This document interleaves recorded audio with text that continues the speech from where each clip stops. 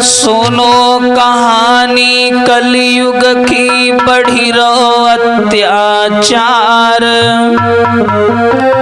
धर्म की नैया डूबी गई राक्षस भये हजार।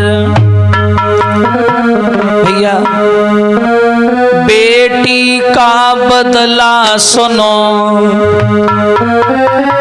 घटना बड़ी विशाल, और शिवम कुमार की कलम जा करी है आज कमाल।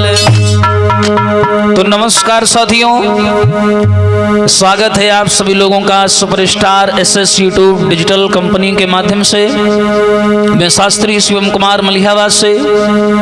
आप लोगों ने बेटी का बदला भाग 3 सुना। आपने इस भाग 3 में सुना कैसे राखी ने डाकू बनने के बाद में अपने ही दुश्मनों से कैसे अपना बदला लिया। बलवंत और सामंत जो कि सरपंच के लड़का थे, उन्हें मौत के घाट उतारा, और बलवंत और सामंत को मारने के बाद में राखी जंगल में लौट आती है। उसके बाद में क्या हुआ, आइए स्वागत है आप सभी का भाग 4 में, बेटी का बदला। आइए ध्यान देते हैं, लला होश में हो जाओ, कहानी गंभीर है, ध्यान देना भैया। अरे लेके अपनो बदलो राखी, जंगल लौट के आई।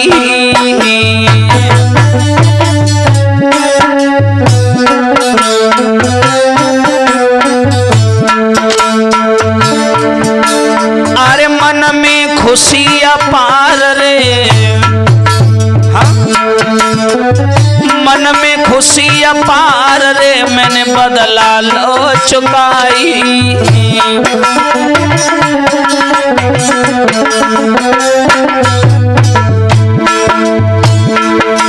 महाराज सुनो उत महलन के हवाल, रोना धोना पड़ गो भैया वो सरपंच को लाल। भैया महलन मातम परो जुरन लागे वहाँ नर नारी, भैया महलन मातम परो जुरन लागे वहाँ नर नारी।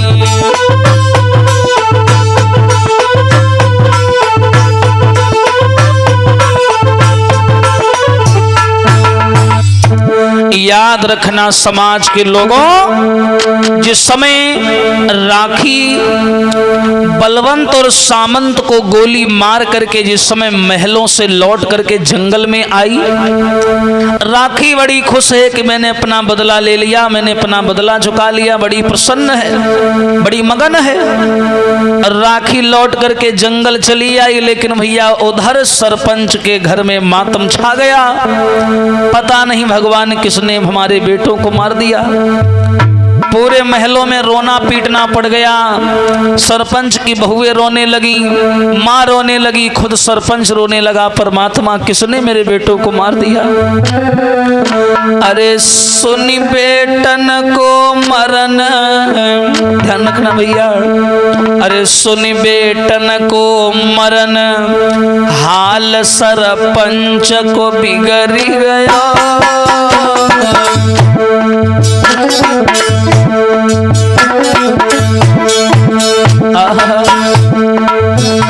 अरे शीश पकड़ी के रोवन लागो, कैसो जुलम भयो।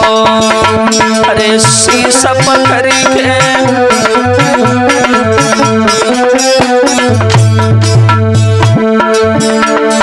अरे छाई गयो मातम महलन में। अरे बूढ़े और जवान सभी के आंसू आँखिन में। अरे बूढ़े और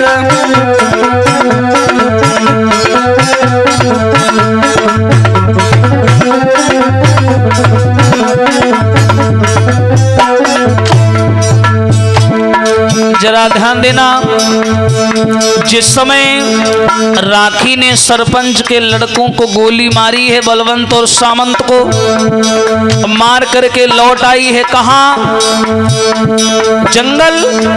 तो उधर भैया सरपंच के घर में रोना पीटना पड़ गया। सब लोग रोने लगे, चिल्लाने लगे, हाय भगवान क्या हो गया? अरे रोए रही लड़कन की मैया, अरे हत्यारी राखी ने मेरे छीन ले छैया, अरे राखी हत्यारी ने मेरे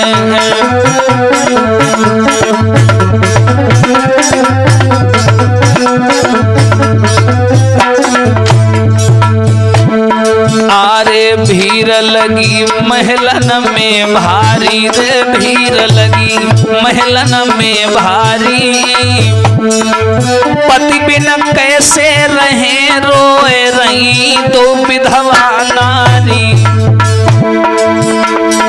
हारे हकीकत कौन न जानी, हारे रोई रोई के वहाँ सभी के बरस रो पानी, हकीकती कौन न जानी।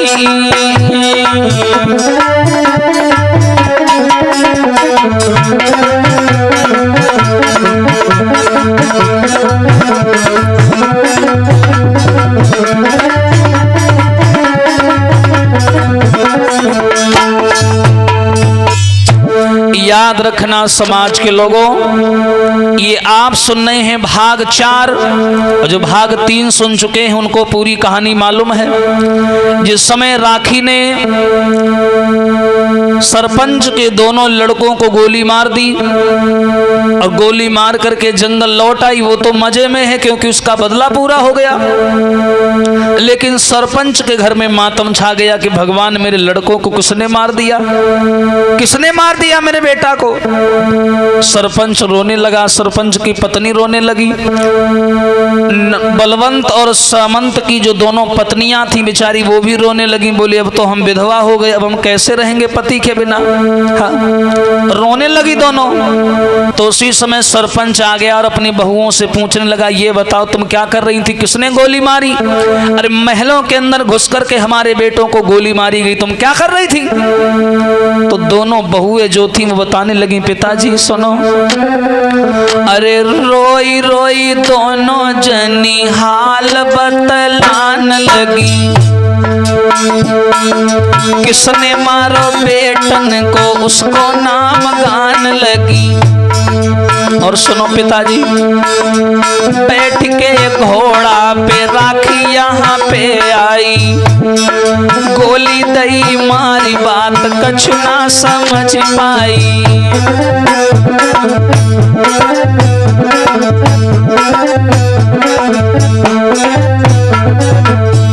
हाँ, डाकू के भेष में राखी यहाँ आई थी, बांध मुंह पे कपड़ा बंदूक संग लाई थी,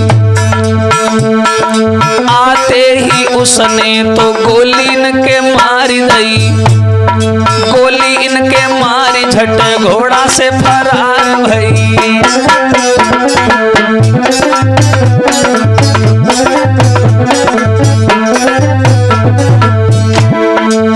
सरपंच की दोनों बहुएं जो थी हाथ जोड़ करके बोली हैं, पिताजी राखी जो थी वो घोड़ा पर बैठ करके आई थी, कपड़ा से मुंह बांध रखा था और पता नहीं कैसे घुसाई अंदर और उसने हमारे पति को आते आते दोनों को गोली मार दी। और जब गोली मारी अचानक उसका कपड़ा मुंह का खुल गया तो हमने उसका चेहरा पहचान लिया। और जो सरपंच ने राखी का नाम सुना तो पुरानी बात याद आने लगी कि हमने राखी के साथ कितना अन्याय किया था। सुनी बहुओं की बात ध्यान सरपंच को आयो, कैसे मेरे बेटन ने राखी को तड़पायो, शायद उसका ही बदला राखी ने चुकाया है, मेरे बेटों को घाट मौत के पहुंचाया है।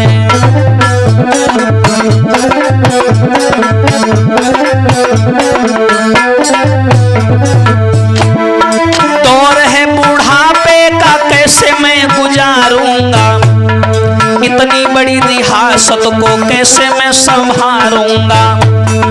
राखी बनी डायन मेरे बेटा दोनों छीन लए। वृद्धापन में हम तो आज पुत्र से विहीन भये।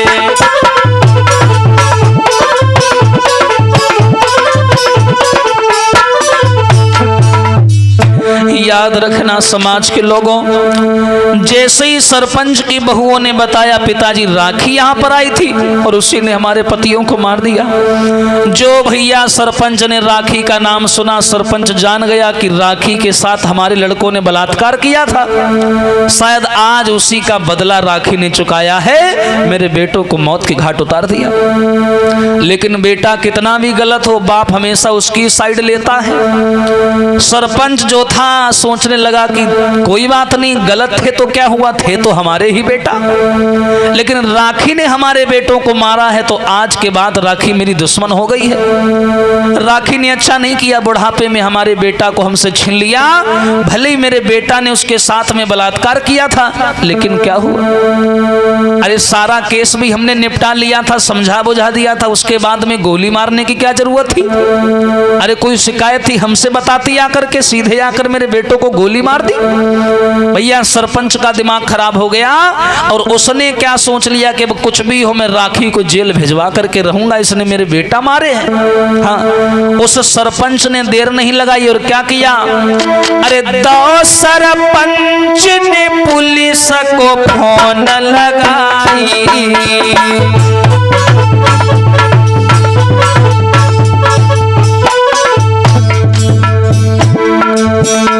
याद रखना समाज के लोगों, सरपंच ने देर नहीं लगाई, पुलिस को फोन मिला दिया। अरे तो सरपंच ने पुलिस को फोन मिलाई। अरे पूरी फोर्स गई झट वहां पे आई। लला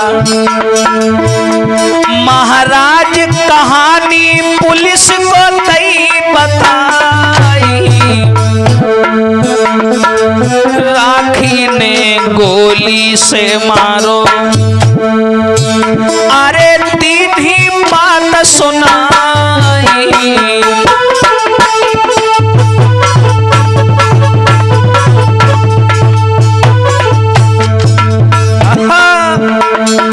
भैया सुनी सरपंच की बात, पुलिस एक्शन में आ गई है। भैया सुनी सरपंच की बात, पुलिस एक्शन में आ गई है।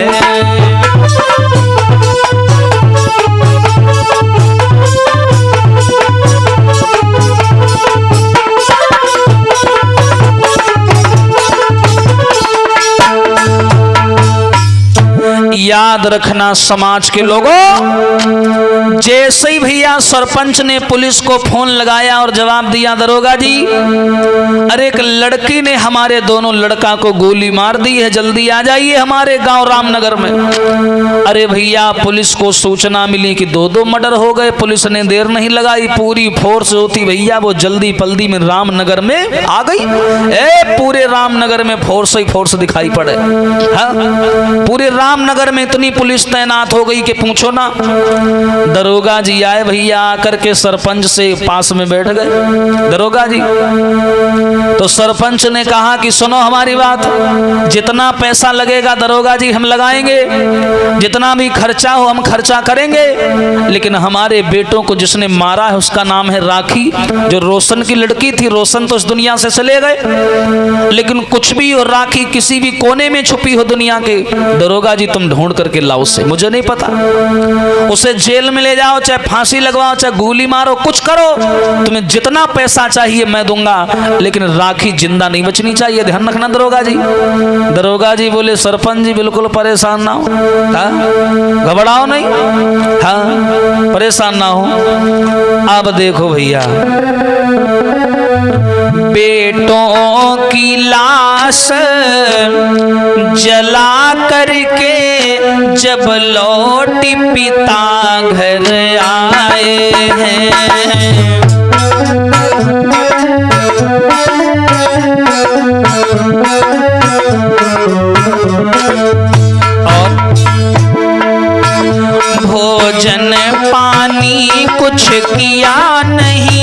सब राति सोए नहीं पाए हैं।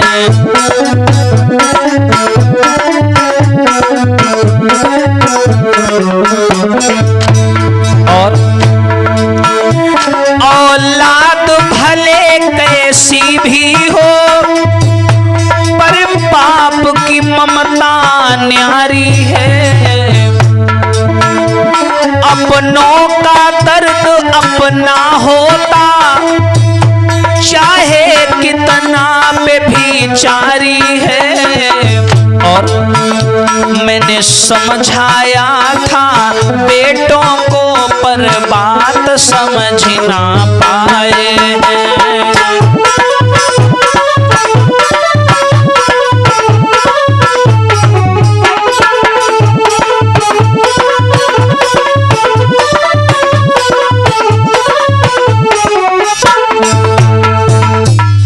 याद रखना समाज के लोगों, सरपंच जो थे अपने दोनों लड़कों की लाश को उठाया है, बलवंत और सामंत की, और नदी किनारे ले जाकर के अपने दोनों बेटों की चिता को आग दी है। चिता जला करके जिस समय सरपंच घर लौट करके आए तो सारी रात सरपंच को नींद नहीं आई, खाना पीना तक नहीं खाया। भाई बेटा मारे गए थे। सारी रात जब सरपंच को नींद नहीं आई, सवेरा हुआ, खाना पीना तक नहीं खाया। और सरपंच ने क्या किया, पुलिस वालों को फोन लगाया और कहा दरोगा जी जितना पैसा लगेगा मैं लगाऊंगा, लेकिन किसी भी हाल में राखी को पकड़ के रहूंगा, ध्यान रखना। आप पता लगाइए राखी किस कोने में छुपी हुई है। सुनो दरोगा जी बात मेरी, और राखी का पता लगाना है। और सारे जंगल को घेरी ले, ना चली है कोई बहाना है।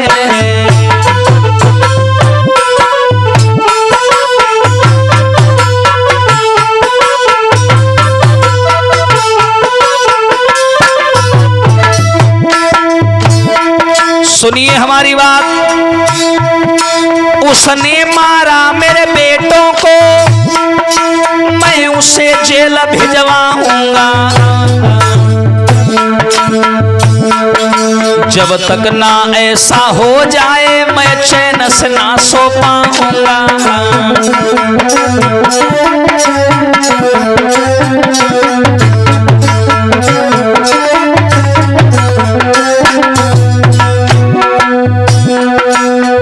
सरपंच ने फोन लगाया और कहा दरोगा जी जितना पैसा लगे लगा दीजिए, पानी की तरह पैसा बहा दीजिए।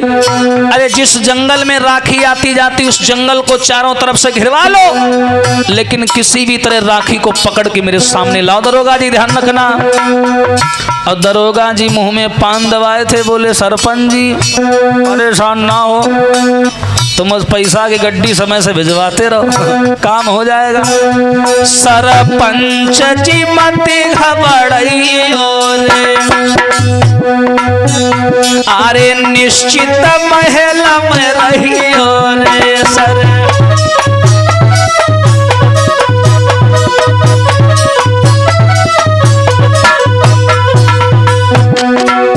अरे सरपंच जी मत घबराइयो रे, तुम निश्चित महल में रहियो रे तुम।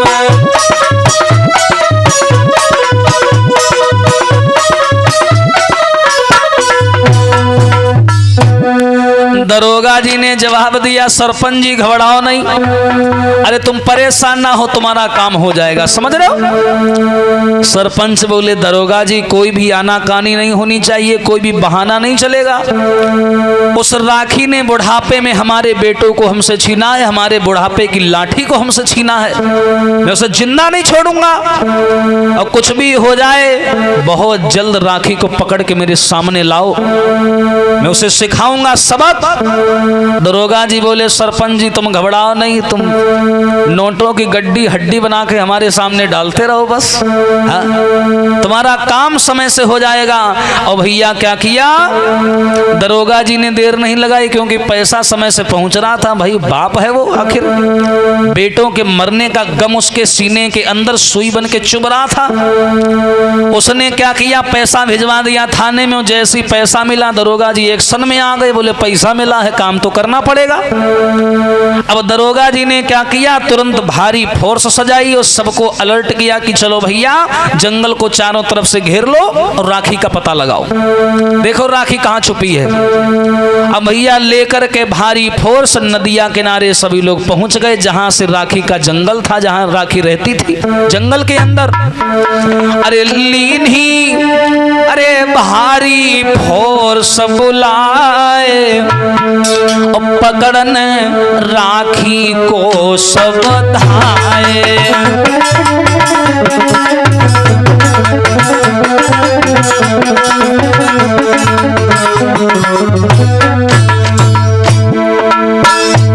पुलिस एक्शन में आ गई और पुलिस जो थी वो भारी फोर्स लेकर के भैया नदिया किनारे जमा होने लगी। थे पुलिस जो समय भारी लई झट बंदूक संभारी लई।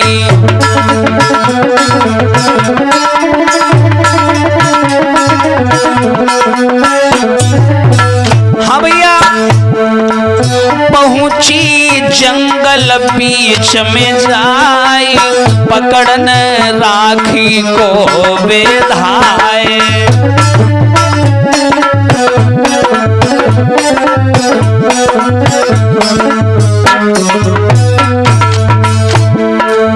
याद रखना समाज के लोगों, पुलिस जो थी वो हजारों की फोर्स लेकर के जंगल में घुस गई। अब वो तो भैया जंगल की शेरनी थी, छुप गई। मुखबरी मिल गई कि पुलिस आ रही है जंगल में ढूंढने। राखी सावधान हो गई, पूरे डाकुओं के गिरोह के साथ में वो कहीं गायब हो गई। पुलिस पूरे जंगल में ढूंढने में लगी, चारों दिशा पता लगायो, राखी को पता ना पायो।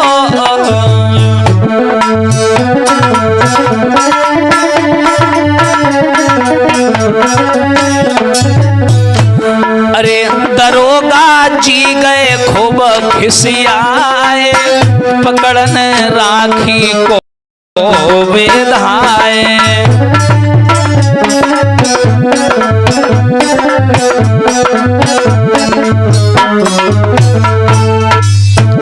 याद रखना मेरे भैया, दरोगा जी भारी फोर्स लेकर के गए और पूरे जंगल में ढूंढ लिया, लेकिन राखी का कोई पता नहीं चला। अब इतना पेट्रोल बर्बाद हुआ, समय बर्बाद हुआ, दरोगा जी बेचारे जंगल में घूमे खूब, लेकिन राखी का पता नहीं चला।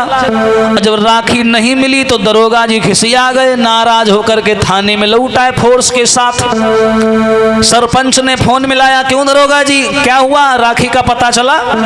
दरोगा जी बोले सरपंच जी माफ करना, मैं इतनी बड़ी फोर्स लेकर के गया लेकिन राखी का कोई पता नहीं चला।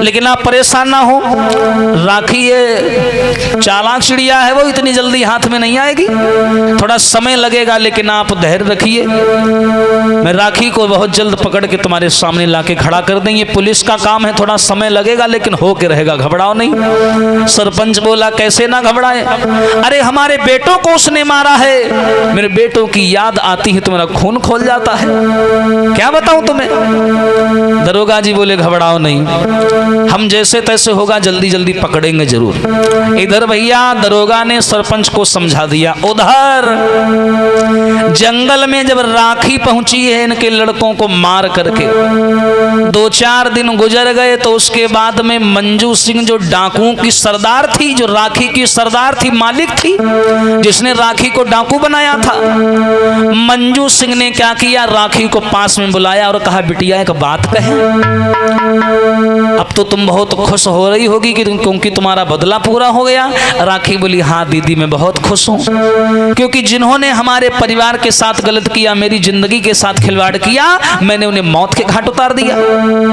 मंजू सिंह ने समझाया बिटिया अभी तुम छोटी हो, दूध के दांत नहीं उखड़े तुम्हारे, मैं मानती हूँ तुमने अपना बदला ले लिया, लेकिन बिटिया मेरी एक बात ध्यान रखना। कौन सी बात?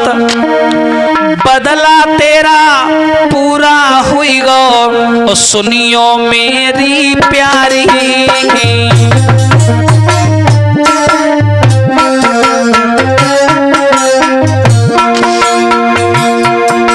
हरि बदलो तेरो पूरो हुई गो सुनियो लली दुलारी।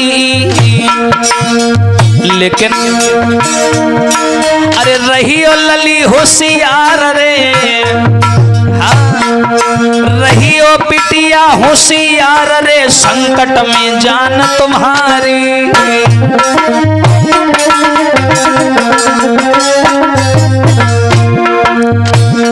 एक बात ध्यान रखो बिटिया, तुमने सरपंच के लड़कों को गोली मारी है, सरपंच शांत नहीं बैठेगा।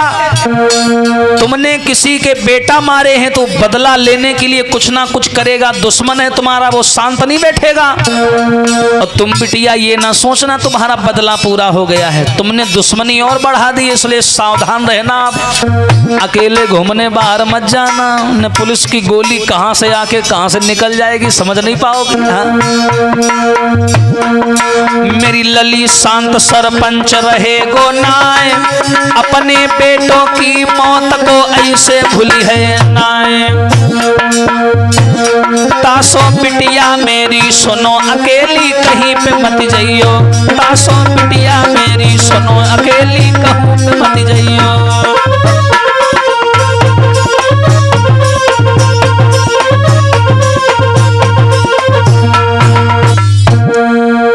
डाकू मंजू सिंह जो उस गिरोह की सरदार थी, उसने समझाया बिटिया हमारी बात कान खोल करके सुनो, तुमने सरपंच के लड़कों को मारा है, वो बाप शांत नहीं बैठेगा, वो अपना बदला जरूर लेगा, इसलिए हमारी बात मानो, कहीं अकेले बाहर घूमने मत जाना, और कोई चीज जरूरत पड़े तो हमसे बताना, मैं मुखबरी करने वालों से चोरी से मंगवा लूंगी, लेकिन जंगल के बाहर पैर मत बढ़ाना बिना हमसे पूछे। मेरी उम्र हो गई है, मैं 60 साल की होने जा रही हूं धीरे धीरे, लेकिन मुझे पता है बाहर की राजनीति कैसी होती है, इसलिए बिटिया अभी तुम छोटी हो, जोश जोश में तुमने मार तो दिया है सरपंच के लड़कों को, लेकिन दुश्मनी बढ़ गई है, अब बाहर मत जाना। तो राखी ने दोनों हाथ जोड़े कहा दीदी एक बात कहे। हाँ बिटिया कहो। तो राखी क्या बोली? मेरो बदला पूरा भयो, अब मोए चिंता नाई, काली मरे सो आज मरे, मोए अपनी परवाह नाई। राखी कहने लगी दीदी बात थी तो बदले की बात थी, मेरा बदला पूरा हो गया, अब चाहे हम कल मरती हो या आज ही मर जाई, हमको कोई चिंता नहीं है, मुझे बदला लेना था, मैंने अपना बदला ले लिया, पुलिस वाले चाहे हमारे आज ही अभी गोली मार दे, मुझे कोई परवाह नहीं है, मेरी जान रहे और चाहे चली जाए, कोई परवाह नहीं है।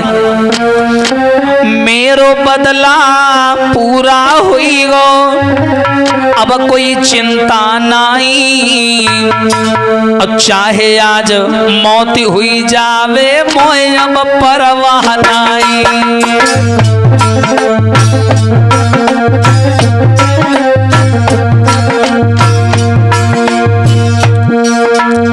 दीदी अरे वो जो सरपंच के लड़के थे वो मेरे बलात्कारी थे, उन्होंने मेरा बलात्कार किया था, इसलिए मैंने दोनों को गोली मारी। और दीदी एक बात ध्यान रखना, मैं चाहे कल मर जाऊं मुझे कोई अफसोस नहीं है, क्योंकि मैंने अपना बदला ले लिया है, और जब तक मैं जिंदा रहूंगी और जब तक ये मेरे हाथ में बंदूक है, राखी कह रही है जब तक जिंदा रहूंगी दीदी अपना धर्म निभाऊं, अरे जो बेटी का करेगा शोषण उसको मारी गिराऊं, जो बेटी का करेगा शोषण।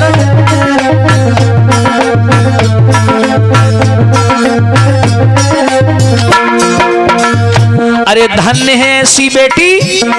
राखी कहने लगी दीदी मैं जब तक जिंदा रहूंगी कोई भी लड़का अगर किसी माँ बहन बेटी की तरफ आंख उठाएगा मैं उसे वहीं पर मार दूंगी।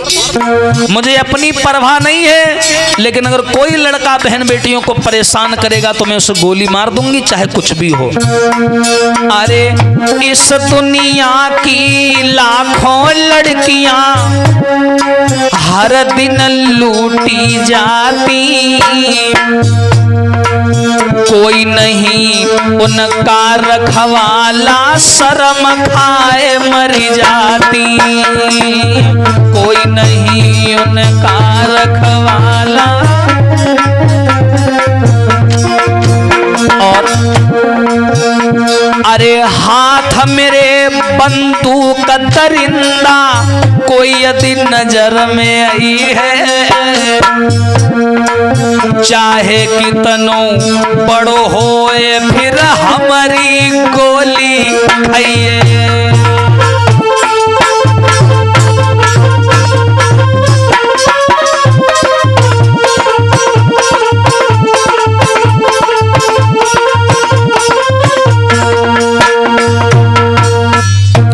याद रखना समाज के लोगों, राखी ने जवाब दिया दीदी हमें कोई परवाह नहीं, हमारा बदला पूरा हो गया। अब पुलिस वाले चाहे हमें कल पकड़ें, चाहे आज पकड़ें, चाहे गोली मार दें, चाहे फांसी चढ़ा दें, हमें कोई गम नहीं है। डाकू मंजू सिंह बोली है बिटिया तुम नहीं जानती हो, अरे हम सब लोग डाकू हैं, हमारा घर परिवार जो है ये जंगल ही है, और यहाँ से निकल करके बिटिया बाहर मत जाना। मैं जानती हूँ तुम्हारी नई उम्र है, नया खून है, नए रक्त में नए खून में उबाल आता है, ये आदमी नहीं सोच पाता मैं क्या कर रहा हूं क्या नहीं कर रहा हूं, लेकिन बिटिया मैं बुढ़ा गई हूं। याद रखना मेरे बाल सफेद हो गए, लेकिन मैं जो तुम्हें बात बताऊंगी वो मोटी बात बताऊंगी, हल्की बात नहीं बताऊंगी। इसलिए बिटिया बाहर निकल के जंगल के मत जाना। और सुनो बेटी, अगर कोई तुमको कुछ भी कहे, कहीं भी बुलाए, किसी से मिलने मत जाना, क्योंकि पुलिस तुम्हें ढूंढ रही होगी। अगर तुम्हारा हल्का सा भी सुराग मिल गया पुलिस तुमको वहीं गोली मार देगी, ध्यान रखना। इसलिए जंगल में ही रहो, आराम से डाकुओं के हाथ साथ सीखो और आराम से आप साथ में रहो, बाहर मत जाना। राखी बोली ठीक है। ऐसे ऐसे करते भैया 6 महीना गुजर गए जंगल के अंदर। और उधर जो पुलिस थी वो इसी वजह से शांत थी कि थोड़ा मैटर शांत हो जाए, उसके बाद में कदम बढ़ाएंगे आगे। अभी ताजा ताजा जख्म है और ताजे जख्म में कदम नहीं बढ़ाना चाहिए। हाँ। अब देखो भैया, राखी जंगल में रह रही है, लेकिन जब डाकू लोग जो जंगल में रहते उनका जब खाना पीना जंगल में खत्म हो जाता है तो ये लोग भेष बदल के रात में निकलते हैं, अपनी जान पहचान की दुकान से खाने का सामान लेकर जंगल में लौट आते हैं। राखी भी यही किया करती थी। तो राखी ने क्या किया, जब खाने का सामान कम हो गया तो एक दिन राखी ने भेष बदला। और क्या किया, भेष बदल के राखी, ध्यान देना भैया, भेष बदल के राखी और घूमन बाजार को जाए, और आटा चावल लेके झटी लोटी बनी में आए।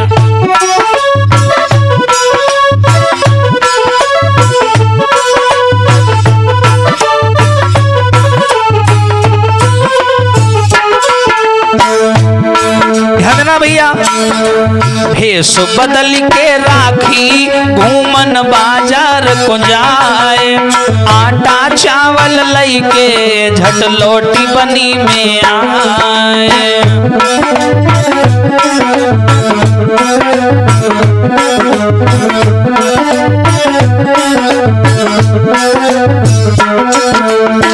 और देखो भैया, जो भी पैसा लूटी के लावे, तीन गरीबों में बिटिया लुटावे। राखी की उम्र ज्यादा नहीं है, मात्र 20 साल की बिटिया थी वो। राखी भेष बदल करके बाहर जाती है, जंगल के आटा चावल लेके फिर आ जाती जंगल में। और जो भी राखी डकैती डालती है, लूट करती है, बड़े बड़े लोगों को लूटती है, उनका पैसा ले जा करके राखी गरीबों में बांट देती है। ऐसी थी वो डाकू।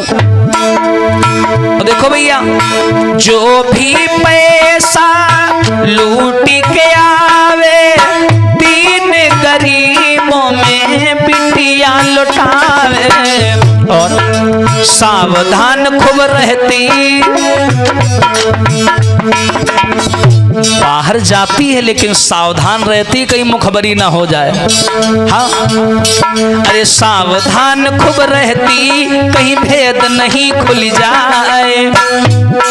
और आटा चावल लेके झट लौट बनी में आए।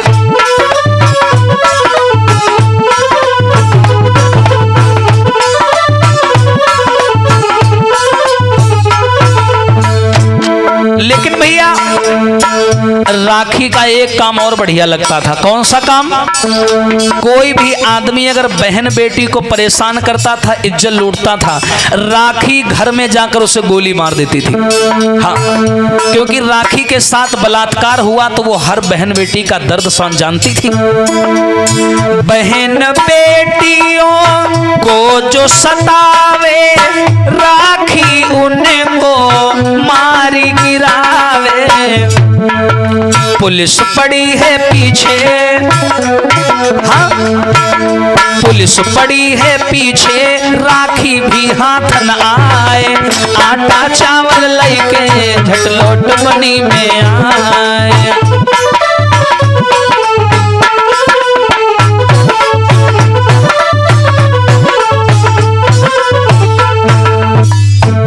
याद रखना समाज के लोगों, जब राखी भेष बदल करके बाहर जाती है, खाने पीने का सामान लेकर के घर में लौट आती है, पुलिस मौका ढूंढ रही है कहीं से एक भी मुखबरी मिल जाए, हम राखी को पकड़ लें। अब भैया आदेश हो गया था ऊपर से कि राखी को गोली नहीं मारनी, जिंदा पकड़ना है। हाँ, क्योंकि राखी जो थी डाकू मंजू सिंह के गिरोह में काम करती थी। डाकू मंजू सिंह जो थी सरदार थी, उसका कई विधायक और सांसदों के साथ में सिस्टम था, गठबंधन था। और भैया हर डाकू अगर जिंदा है तो समझ लो पक्का किसी ना किसी नेता का उसके ऊपर हाथ है, तब तो जिंदा है। इसीलिए भैया आदेश हो गया था ऊपर से कि राखी को जिंदा पकड़ना है, गोली नहीं मारनी है। इसीलिए पुलिस जो थी वो थोड़ा आराम से काम कर रही थी, ज्यादा एकदम से बवाल नहीं कर रही थी।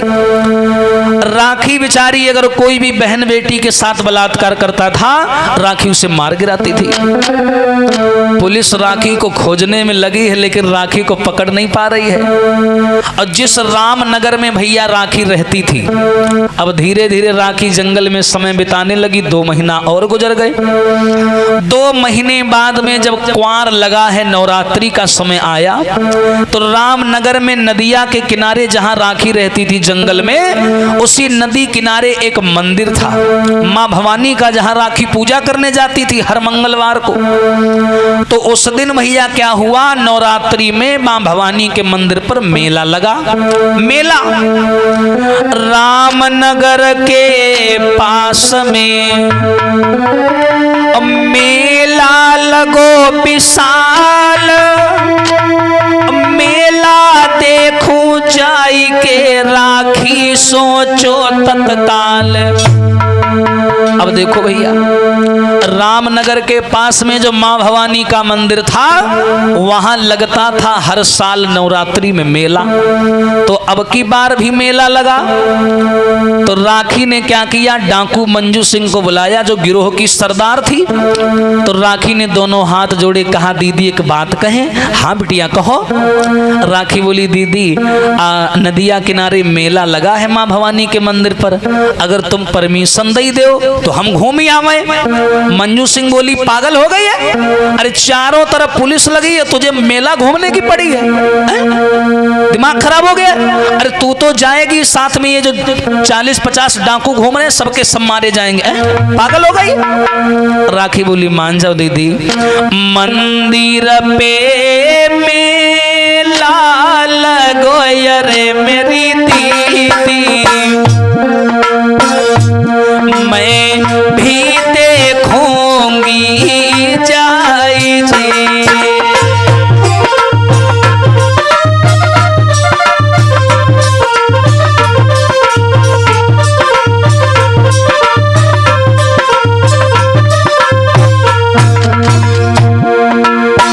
राखी ने कहा दीदी ऐसा करो, मंदिर पर मेला लगा है, आप हमें परमिशन दे दो, मैं भेष बदल के जाऊंगी, मेला देख करके पूजन दुर्गा को करे अरे मेरी दीदी, मैं आऊं शीश झुकाई जी।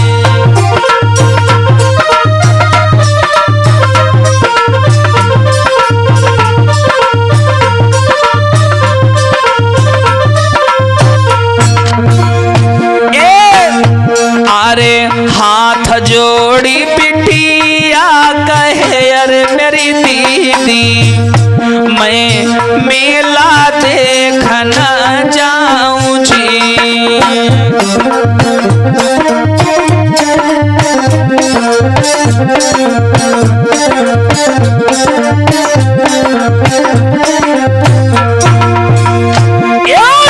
तब मंजू कहने लगी अरे सुकुमारी, चारों तरफ पुलिस मंडराई।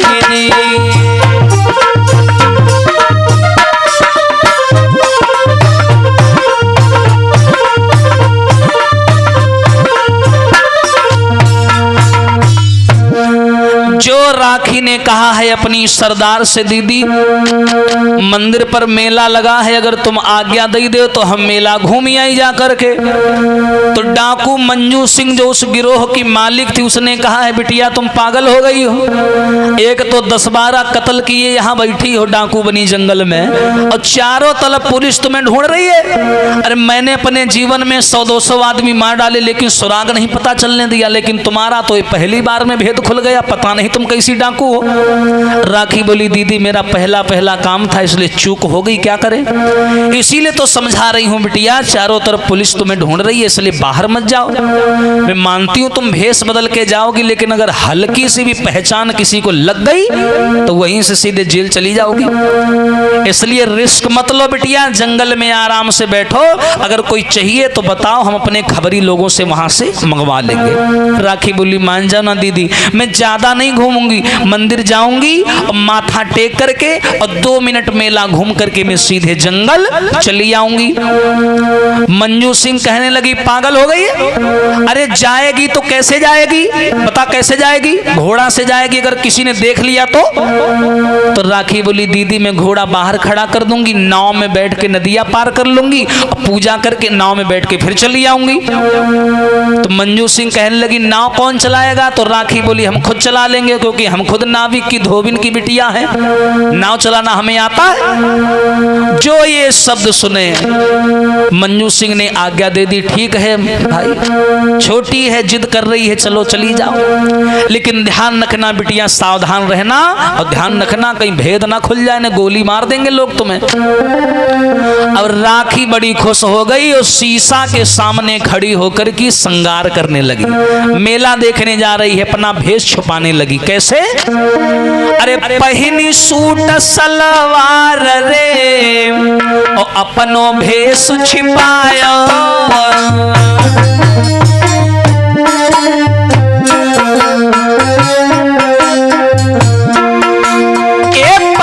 सूट सलवार लेके अपनो भेष छुपायो,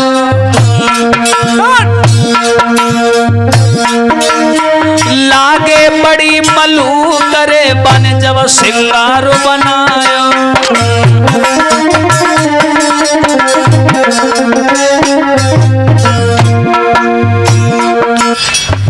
राखी जो कभी डाकुओं की वर्दी पहना करती थी, और आज उसने क्या किया, नई नवेली भैया बढ़िया सलवार सूट पहना, बढ़िया बाल खींचे, और खींचने के बाद में लाली लगाई, बिल्कुल गांव देहात की लड़की बन के तैयार हो गई।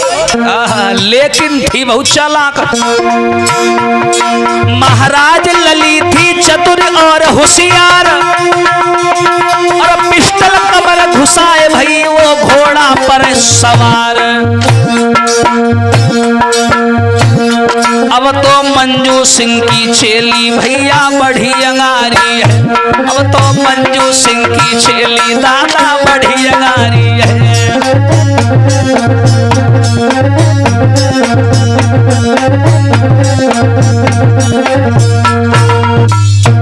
याद रखना समाज के लोगों, जब राखी ने श्रृंगार किया और श्रृंगार करने के बाद में सलवार सूट पहना, और सलवार सूट कहने के बाद में नई नवेली लड़की बन के तैयार हो गई है?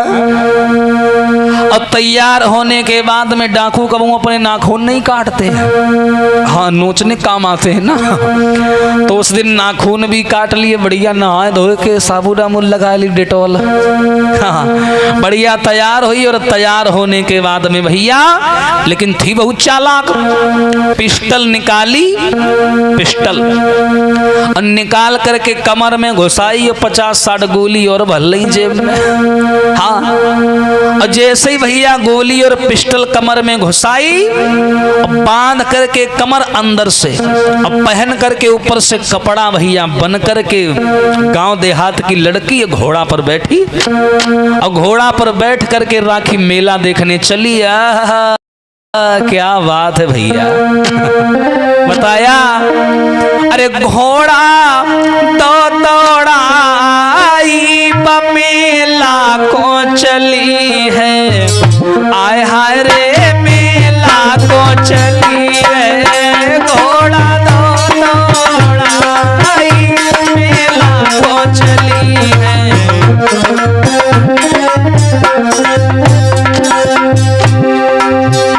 अरे घोड़ा तो दौड़ाई मेला को चली है, आय हाय रे मेला को चली है।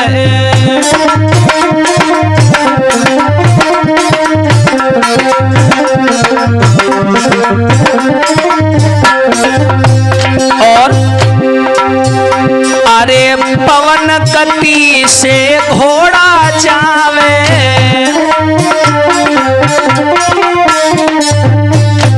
और राखी बिल्कुल नहीं घबरावे,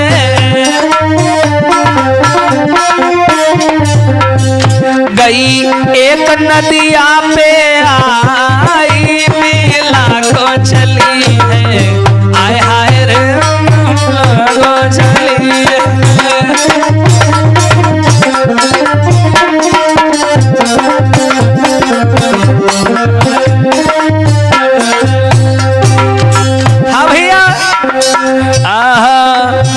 वो शेरनी भैया घोड़ा पर बैठ करके चली लला, और जैसे ही नदिया किनारे पहुंची, जंगल से निकली, तो घोड़ा वहीं झाड़ियों में बांध दिया, और घास नोच करके उसके आगे डाल दी ताकि वो खाता रहे, कहीं भूख प्यास से भागे ना। और घास घोड़ा के आगे डाल करके घोड़ा को बांधा, और डाकुओं वाली नाव निकाल करके उस नाव में बैठ गई लला। घोड़ा पेड़ से बांध हो जाई, अरे पैदल आगे की सूध लगाई, अरे उधर मंजू सिंह रही है घबराई, मेला को चली है, मेला को चली है।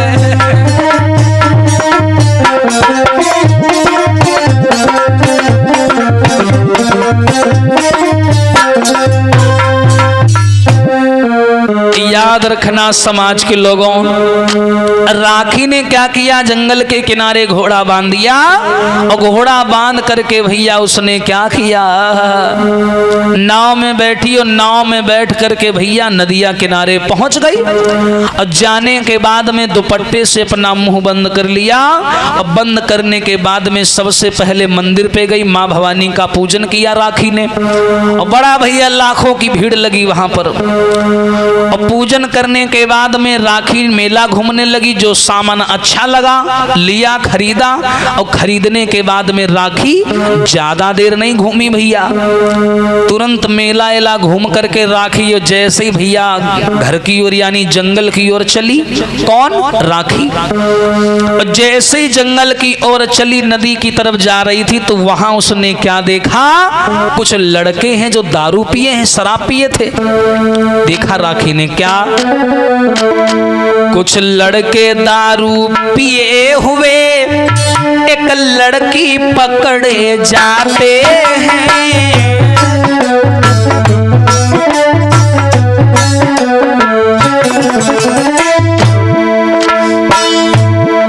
राखी ने मेला घूमा, जो सामान अच्छा लगा लिया, लेने के बाद में एक पोटली बांधी और राखी चली जंगल की ओर। तो देखा कि जंगल के तरफ कुछ 4-5 लड़के एक लड़की को पकड़े खींचे लिए जा रहे हैं। राखी ने देखा कुछ लड़के दारू पिए हुए एक लड़की पकड़े जाते हैं।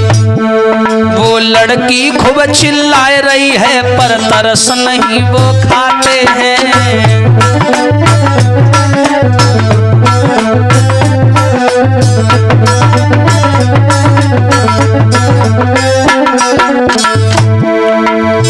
पहले तो राखी को लगा कि ये कुछ अपने ही लोग होंगे, इनके परिवार के लड़की के, लेकिन बाद में जब राखी ने ध्यान से देखा तो पता चला कि लड़के लड़की को बलात्कार करने के लिए उठा ले जा रहे हैं।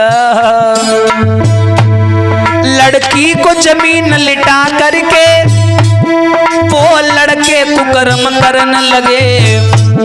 यह देख के राखी की आंखों में खून के शोले कढ़न लगे।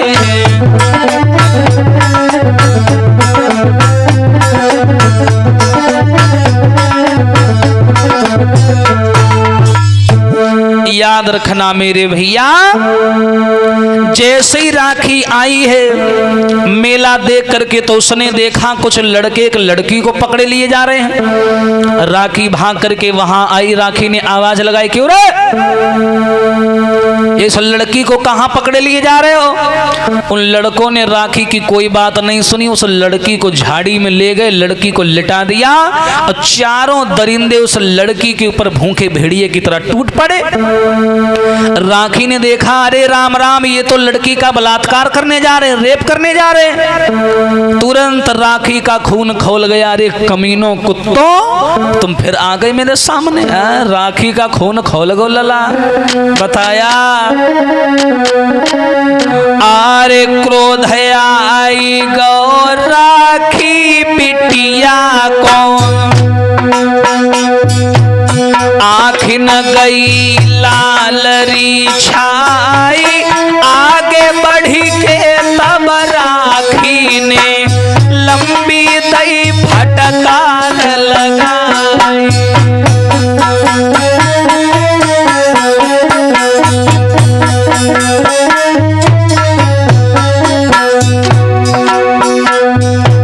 राखी ने आवाज लगाई, अरे कमीनों छोड़ दो, अगर उस लड़की के बदन में हाथ लगाया मैं तुम्हारा हाथ काट लूंगी। अरे अरे कमीनों नीच भेड़ियों, कुकर्म करती शर्म नहीं आई, इज्जत लूटी रहे तो बिटिया की अपनी दई औकात दिखाई।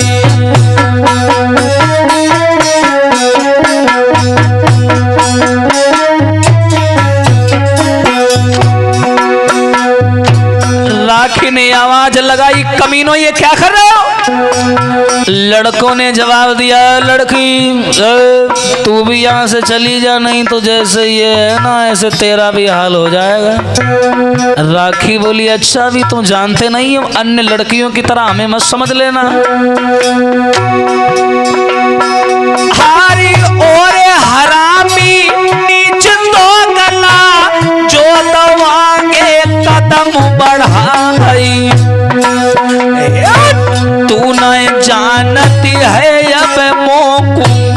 क्यों रहो ना हक मौत मंगाई।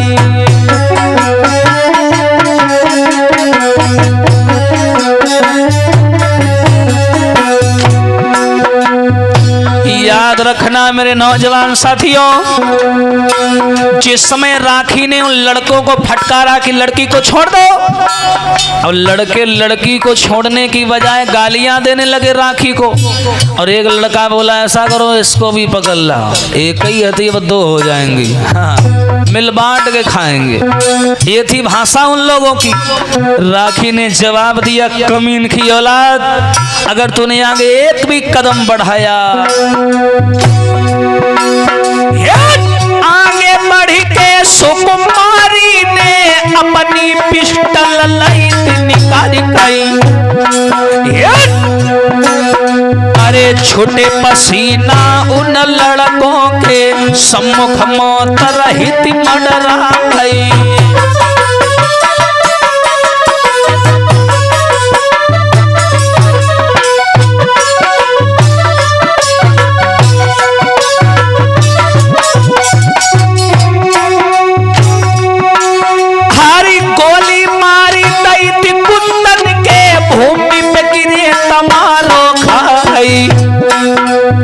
चुनी चुनी के राखी ने मारो सबको यमपुर पहुंचाई।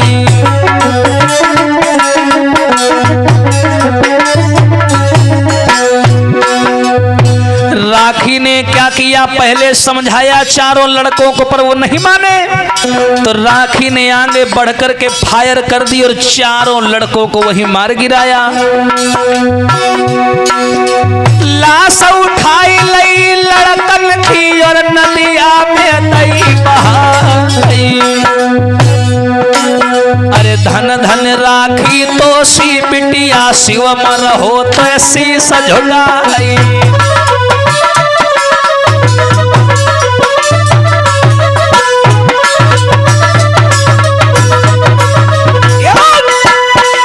याद रखना समाज के लोगों, जिस समय राखी ने उन चारों लड़कों को समझाया गा दरिंदो छोड़ दो इस लड़की को, लेकिन वो लड़के बोले ऐसा करो इसको भी पकड़ लाओ। और जैसे ही एक लड़का आगे बढ़ा, राखी ने पिस्टल निकाली, लोड की और भैया मार दी गोली। एक एक करके चारों लड़कों को राखी ने वही नदिया किनारे मार गिराया और सबकी लाश को उठा करके राखी ने नदी में बहा दिया। और जैसे ही नदी में बहाया भैया, उसके बाद में जो वो लड़की थी भैया, जिसकी वो गुंडे इज्जत लूट रहे थे, उस लड़की का नाम था मीरा। और जो मीरा थी ये राखी की बचपन की लला सहेली थी, रामनगर की रहने वाली थी, और राखी भी रामनगर की थी। हाँ, मीरा जो थी वो राखी की बचपन की सहेली थी। तो मीरा आगे बढ़ी और राखी के पांव पकड़ लिए, कहा बहन जी आपका बहुत बहुत धन्यवाद, अगर आज आप ना आती तो आज ये लुटेरा मेरी इज्जत लूट लेते, मैं कहीं की ना रहती। राखी बोली कोई बात नहीं है, लेकिन ऐसे अकेले कहीं मत जाया करो, जाओ अपने घर जाओ। मीरा कहने लगी बहन आपने मेरी इज्जत बचाई है, कम से कम अपना चेहरा तो दिखा दो, मैं भी तो देखूं तुम कौन हो और इधर कहां जा रही हो। तो राखी ने जब चेहरा हटाने की बात सुनी तो मंजू सिंह की बात याद आ गई कि बेटिया भेद नहीं खुलना चाहिए। हाँ, और जैसे ही राखी ने उस लड़की को देखा तो राखी कहने लगी हे भगवान ये तो मेरी बचपन की सहेली है मीरा, लेकिन अगर मैंने इसके आगे भेद खोल दिया और कल को इसने पुलिस को बता दिया, मैं तो भैया जेल चली जाऊंगी। तो राखी बोली कोई बात नहीं बहन, छोड़ो सारी बातें, मैंने तुम्हारी जान बचा ली है, वैसा करो तुम घर जाओ। मीरा बोली नहीं बहन, जब तक तुम अपना चेहरा नहीं दिखाओगे मैं नहीं जाऊंगी, तुमने मेरी इज्जत बचाई है, मेरी लाज बचाई है, एक बार अपना चेहरा तो दिखा दो।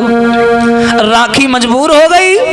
जब राखी मजबूर हो गई तो मीरा सखी के सामने दुपट्टा दियो हटाए, और राखी बहन को देख के मीरा गई हरसाए।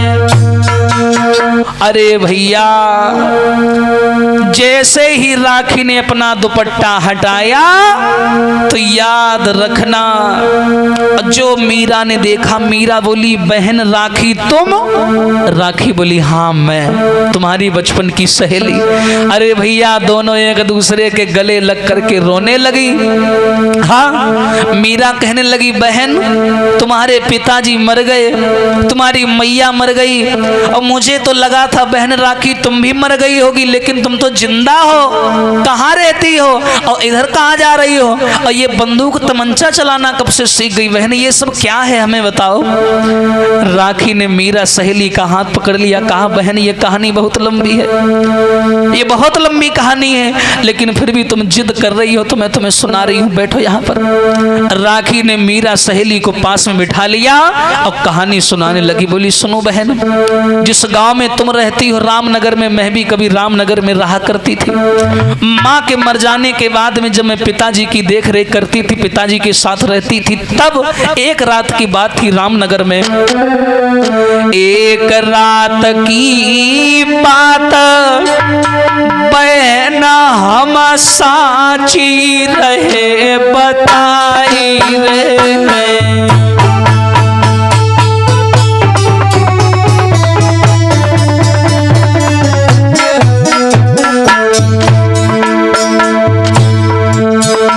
राखी अपनी कहानी बताने लगी। बहन मीरा, जब मैं रामनगर में रहा करती थी, माँ मर गई थी, पिताजी के साथ में रहती थी। एक रात की बात है, अरे एक रात की बात बहन हम साची रहे बताई रे।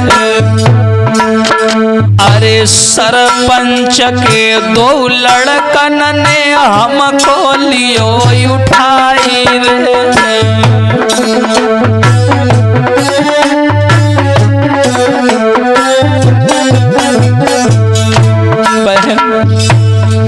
एक रात की बात हम तुम्हें बता रहे हैं। मैं पिताजी के साथ में आंगन में लेटी थी, तब तक सरपंच के लड़के बलवंत और सामंत आ गए।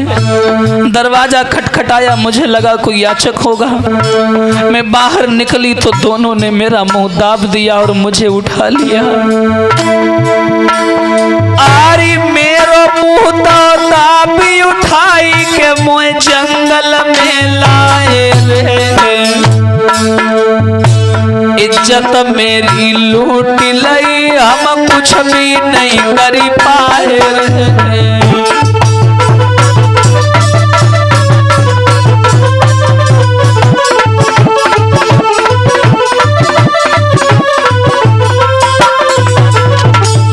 बहन, मैं क्या बताऊं तुम्हें अपनी कहानी। सरपंच के लड़के उठा करके मुझे जंगल में लाए, मेरा बलात्कार किया, मुझे बलात्कार करके वहीं पर डाल दिया।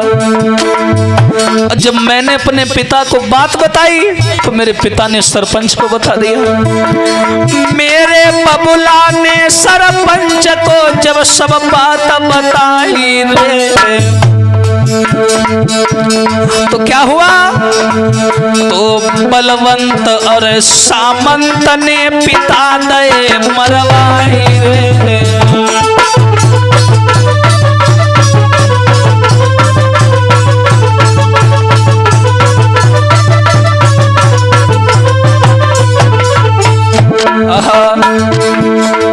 आरी डाकू मंजू सिंह ने आई के हमको दियो सहारो री। अरे बनी डाकू फिर हमने हाय सरपंच को बेटा मारो री।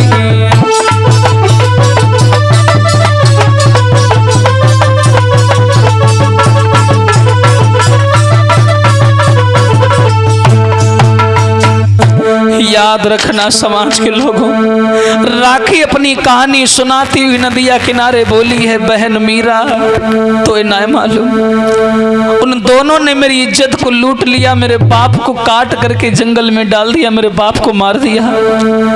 जब मैं बेतहासा और टूटी अधमरी जंगल में पड़ी थी तो इस जंगल में रहती है कि डाकू मंजू सिंह, उन्होंने आकर के मुझे सहारा दिया, उठाया, अपनी गिरोह में शामिल कर लिया और मैंने डाकू बनने के बाद में अपना बदला लिया और सरपंच के लड़कों को मैंने मार गिराया। मीरा बोली, क्या सरपंच के लड़कों को तुमने ही मारा है? हाँ मैंने ही मारा है। बहुत अच्छा किया बहन तुमने, बहुत अच्छा किया राखी बहन तुमने, लेकिन अब तुम कहाँ जाओगी?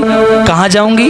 मेरा घर मेरा परिवार ये जंगल है, वहाँ कुछ डाकू भाई मेरे हैं जो मेरे भाई समान हैं, उन्हीं के साथ मैं रहती हूँ। मेरी सरदार है डाकू मंजू सिंह जो पूरे जंगल की मालिक है। चलोगी? चलो तुम्हें घुमा लाए। देखो लड़कपन में कैसे राखी ने इतनी बड़ी भूल कर दी। हाँ इधर भैया, इतनी सुनने के बाद में राखी ने कहा, बहन मीरा मुझे समय हो रहा है, दीदी मेरा इंतजार कर रही होंगी जंगल के अंदर, मैं जा रही हूँ। लेकिन सुनो बहन मीरा, तुम्हें मेरी कसम है, हमारे तुम्हारे बीच में जो बातें हुई है ये भेद किसी को पता नहीं चलना चाहिए कि मैं यहाँ पर आई थी। अब मैं इस जंगल में रहती हूँ, किसी को मीरा बहन बताना नहीं, क्योंकि मैंने तुम्हारी इज्जत बचाई है। मीरा बोली, दीदी मैं कसम खा रही हूँ राखी बहन, मैं किसी को तुम्हारी ये बात नहीं बताऊंगी, बिल्कुल नहीं संकोच हो। लेकिन एक बात बताओ राखी बहन, क्या तुम यहाँ हर मंगलवार को आती हो? हाँ मैं हर मंगलवार को आती हूँ। मीरा बोली, तो मैं भी आया करूंगी चोरी से और तुमसे हर रोज मंगलवार को हम लोग यही मंदिर पर मिला करेंगे। राखी बोली, हर रोज तो मुश्किल है, हम डाकू हैं, पता नहीं कहां से मुसीबत आ जाए, लेकिन कोशिश करेंगे तुम आना और हम तुमसे मिलने हर मंगलवार को जरूर आएंगे। वायदा दोनों न में भयो, राखी ने करो पयान, बैठी नाव में चली भई, सुनो सभी दे ध्यान। इतना बोल करके राखी नाव में बैठी और बैठ करके जंगल में चली आई।